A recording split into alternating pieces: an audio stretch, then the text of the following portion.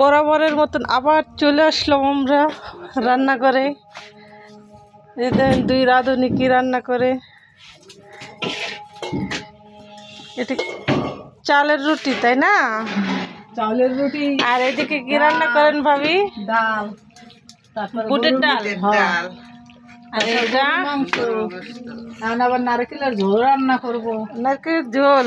এই যে নারকেল বাইটে রাখছে, নারকেলের ঝোল রান্না করব চিংড়ি মাছ দিয়া। এই যে চিংড়ি মাছ দিয়ে নারকেলের ঝোল ভাবি রাখেন ওই কড়াইয়ের উপরে। আর এদিকে রুটি ভেজে নিতেছে। 3টা চুলা, আর চুলার বেহাল অবস্থা, একদম 12টা বাজে গেছে। বৃষ্টির পানিতে ঘরে পানি এসে, আর রান্না বান্না তো অনেক দিন ধরে হয় না, যার কারণে এরকম। আরো আপনাদের সাথে শেয়ার করি দেখে বলে মানের লোকে বরিশালে মানুষে মানে করে, তাই না? মুই গেদু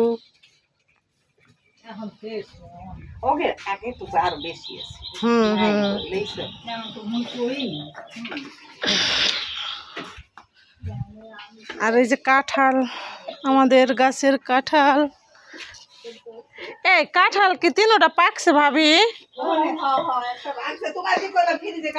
রাখছেন কাঁঠাল? ফ্রিজে কাঁঠাল রাখছে? ঠান্ডা কাঁঠাল মজা লাগে। আচ্ছা আমি কাঁঠাল নিয়ে আসতেছি, দাঁড়ান। রাঁধুনি ম্যাডাম গন্যকে কাঁঠাল আনছি, কাঁঠাল খাই। কাঁঠাল দেখি, গাছের কাঁঠাল দেখি এখন আমার কাঁঠাল খাইতে মন চাইল।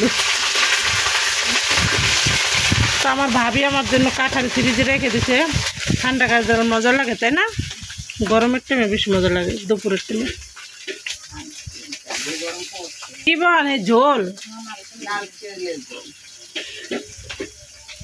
চলেন আপনাদের সাথে একটু শেয়ার করি কিভাবে রান্না করে, আমি একটু দেখি। হ্যাঁ, আমার গাড়ি কি বলবেন না, এই পেঁয়াজ বাটা দিতে হয় না?